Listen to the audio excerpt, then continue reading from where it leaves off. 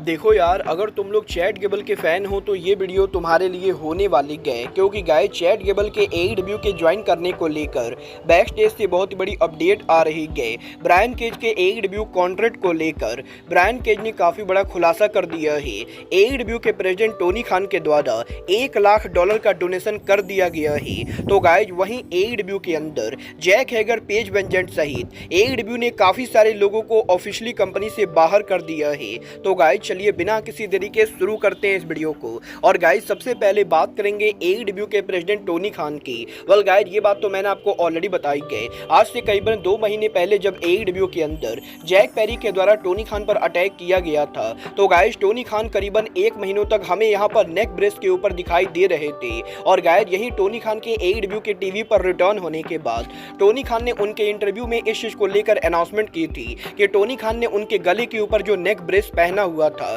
Tony Khan यहां पर उस नेक ब्रेस को डोनेट करने वाले गए। और अब यहां पर इस हफ्ते टोनी खान के द्वारा फाइनली यहां पर उस नेक ब्रेस को डोनेट कर दिया गया है। जहां पर इस हफ्ते टोनी खान रिच आइजन के लेटेस्ट शो के ऊपर अपीयर हुए और गाइस टोनी खान ने यहां पर उनके नेक ब्रेस को रिच आइजन के शो के ऊपर डोनेट करते गए। और यहीं इसी डोनेशन के ऊपर टोनी खान एक और बड़ी अनाउंसमेंट करते गए, जहां पर टोनी खान रिच आइजन को यह बताते गए कि वो यहां पर सेंट जॉर्ज चिल्ड्रन हॉस्पिटल को $1 लाख डोनेट कर रहे गए। और गाइस यहां पर टोनी खान ने रिच आइजन के शो के ऊपर उनके नेक ब्रेस के साथ साथ $1 लाख का हॉस्पिटल को डोनेशन दिया है, जो मेरे हिसाब से बहुत ही अच्छी चीज है। और गाइस भले ही इंटरनेट पर लोग टोनी खान को कितना भी ट्रोल करे और AEW के हेटर्स के द्वारा टोनी खान को कितनी भी गालियां मिले, बट गाइस ये बात कोई भी नहीं बदल सकता है कि टोनी खान रियल लाइफ के अंदर काफी बढ़िया इंसान थे। वेल गाइस ये तो बात ही टोनी खान के $1 लाख के चिल्ड्रन हॉस्पिटल को डोनेशन की। बट गाइस चलिए फिलहाल आगे बढ़ते और बात करते हैं AEW के वर्ल्ड चैंपियन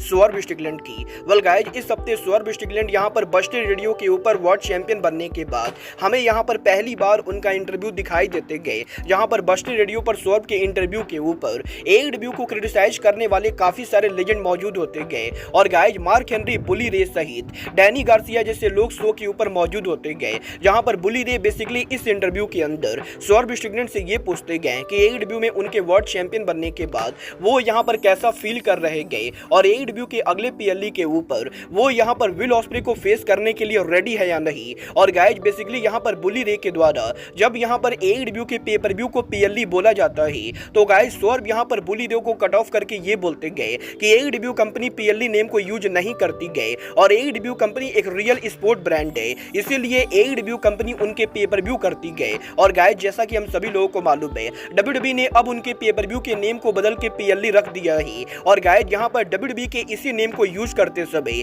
जब यहां पर बुली रे स्वर्व से बात कर रहे थे, तो स्वर्व यहां पर तुरंत बुली रे को कट ऑफ करते गए और स्वर्व यहां पर इनडायरेक्टली बुली रे को रोस्ट करते हुए AEW के पेपर व्यू को लेकर बात करते गए। और यहीं स्वर्व के इस इंटरव्यू क्लिप के वायरल होने के बाद अब सोशल मीडिया के ऊपर AEW के मार्क्स के द्वारा बुली रे को काफी ज्यादा ट्रोल किया जा रहा है। और AEW के फैंस का ये कहना है कि स्वर्व स्ट्रिकलैंड का बुली रे को कट ऑफ करना बुली रे के लिए बहुत ही ज्यादा जरूरी था, क्योंकि बुली रे यहां पर हर चीज के अंदर WWE कंपनी को सपोर्ट करते गए। वेल गाइस मैं पर्सनली इस पूरे मामले पर कोई भी कमेंट नहीं करना चाहूंगा, क्योंकि गाइस मुझे पर्सनली ये कोई बहुत ही बड़ी बात नहीं लगती गए। बट गाइस जहां तक बात रही स्वर्व और AEW की, तो गाइस यहीं AEW के किया फोरम में house of the dragon special show के बाद अब इस हफ्ते जब यहां पर WBD और HBO के द्वारा हाउस ऑफ द ड्रैगन का प्रीमियर किया गया, तो इस प्रीमियर इवेंट के ऊपर AEW कंपनी को रिप्रेजेंट करने के लिए जो 3 लोग मौजूद थे, वो और कोई नहीं बल्कि AEW के world champion swerve Strickland, AEW की farmer TBS champion willow Nightingale और प्रिंस नाना थे। और गाइस यहां पर हाउस ऑफ द ड्रैगन के लेटेस्ट प्रीमियर के ऊपर पहली बार AEW के 3 ब्लैक टैलेंट हमें यहां पर रेड कार्पेट के ऊपर वॉकआउट करते हुए दिखाई देते गए। और गाइस HBO मैच के इस प्रीमियर इवेंट के ऊपर AEW के ब्रांड का इस तरीके से अपीयर होना डेफिनेटली इस चीज को शो करता है कि AEW और WBD की रिलेशनशिप इस समय कितनी स्ट्रॉन्ग है। और गाइस देखना ये दिलचस्प होने वाला है कि आखिर AEW और WBD का टीवी डील कब फाइनलाइज होता है। बट गाइस चलिए फिलहाल आगे बढ़ते और बात करते हैं AEW में बैंडिडो के रिटर्न सिचुएशन की। वेल गाइस ये बात तो हम सभी लोगों को मालूम है, AEW के लूचा सुपरस्टार बैंडिडो पिछले 1 साल से इंजरी की वजह से AEW कंपनी से बाहर चल रहे गए और 1 साल तक AEW से बाहर रहने के बाद अब यहां पर फाइनली बैंडिडो की इंजरी लगभग ठीक हो चुकी गई और AEW के अंदर आने वाले 1 महीनों के अंदर बैंडिडो यहां पर रिटर्न करने के लिए मेडिकली क्लियर होंगे। वेल देखना बहुत ही दिलचस्प होने वाला है कि टोनी खान बैंडिडो का रिटर्न कब और कैसे कराते गए। बट गाइस जहां तक बात रही AEW के रेसलर्स की, तो गाइस जैसा कि मैं आपको ऑलरेडी बता चुका हूं, 2024 में AEW के बहुत सारे रेसलर्स का कॉन्ट्रैक्ट एक्सपायर हो रहा है और AEW के अंदर से ऑलरेडी काफी सारे लोगों को कंपनी से बाहर कर दिया गया है। और गाइस ऑलरेडी यहां पर काफी सारे न्यूज सोर्सेज ने यह कंफर्म कर दिया है कि जैक हैगर, मार्क हेनरी और आर्न एंडरसन जैसे लेजेंड AEW कंपनी से बाहर जा चुके गए। बट गाइस आज यहां पर ऑफिशियली AEW कंपनी ने इस चीज को कंफर्म कर दिया है कि AEW ने 2024 के अंदर इस महीने किन 4 बड़े लोगों को कंपनी से बाहर किया है। गाइस यहां पर AEW के वेबसाइट के ऊपर आज यहां पर AEW ने officially Jack Hager, Mark Henry, Arn Anderson और MMA फाइटर पेज वेंजेंट को उनके वेबसाइट से बाहर कर दिया है। और गाइस वैसे तो पेज वेंजेंट 2 साल पहले ही AEW को लीव कर चुकी थी, बट गाइस फाइनली यहां पर आज AEW के द्वारा पेज वेंजेंट को AEW के रोस्टर से बाहर कर दिया गया है। और AEW कंपनी ने ऑफिशियली ये कंफर्म कर दिया है कि Jack Hager, Mark Henry, Arn Anderson और पेज वेंजेंट अब ये चारों AEW के लिए काम नहीं करते गए। वल देखना बहुत ही दिलचस्प होने वाला है कि इन चारों के कंपनी से बाहर जाने के बाद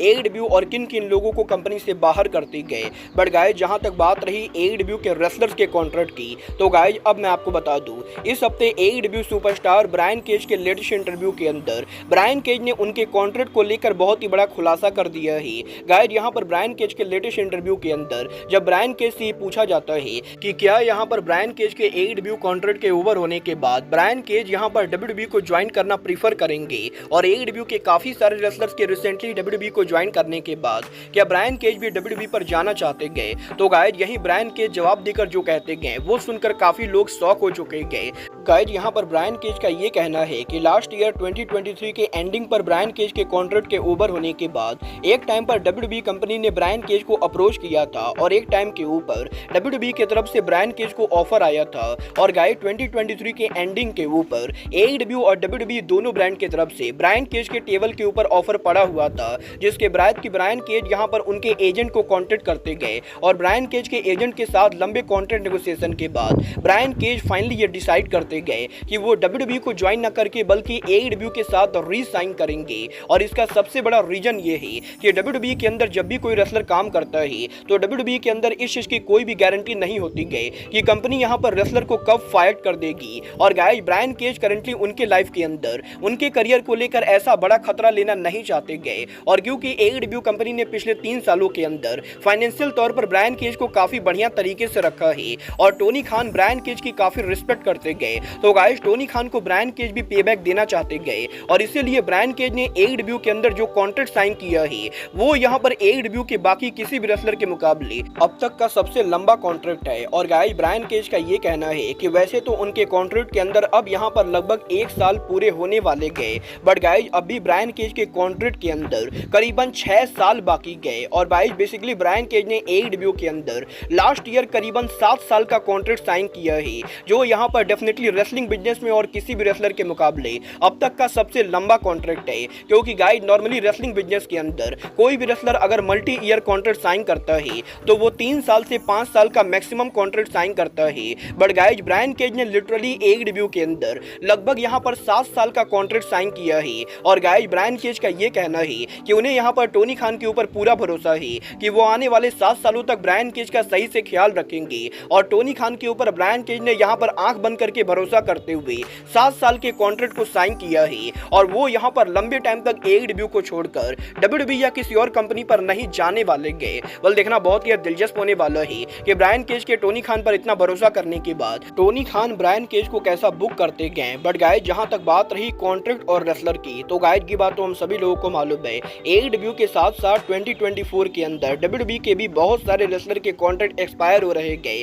और रिसेंटली बेकी लिंच के फ्री एजेंट बनने के बाद अब WWE के एक और पॉपुलर रेसलर का कॉन्ट्रैक्ट इसी हफ्ते के अंदर ओवर होने वाला है, और ये रेसलर और कोई नहीं बल्कि WWE सुपरस्टार चैट गेबल है। वेल गाइस ये बात तो हम सभी लोगों को मालूम है चैट गेबल करंटली WWE के अंदर WWE की one of the main story line के अंदर काम कर रहे गए, और करंटली चैट गेबल की पॉपुलैरिटी काफी ज्यादा बढ़ चुकी है। बट गाइस इसके बावजूद भी चैट गेबल के WWE का कॉन्ट्रैक्ट इसी फ्राइडे के ऊपर होने वाला है, और गाइस यहाँ पर अभी तक WWE के द्वारा चैट गेबल को न्यू कॉन्ट्रैक्ट में साइन नहीं किया गया है। और अगर यहाँ पर आने वाले 4 दिनों के अंदर WWE चैट गेबल को न्यू कॉन्ट्रैक्ट में साइन नहीं करती गए तो गाइस बेकी लिंच के बाद चैट गेबल वो अगला नाम बनेगा जो यहाँ पर WWE से फ्री एजेंट बनने वाला है। वेल गाइस वैसे तो फाइटफुल की रिपोर्ट के हिसाब से WWE और चैट गेबल के बीच में कॉन्ट्रैक्ट नेगोशिएशन चल रही गए और क्योंकि चैट गेबल करंटली काफी बड़ी स्टोरी पर काम कर रहे गए तो गाइस इसलिए इस चीज के 95% चांसेस है कि चैट गेबल WWE के साथ री साइन करेंगे। बट गाइस सेम टाइम पर फाइटफुल का ये भी कहना है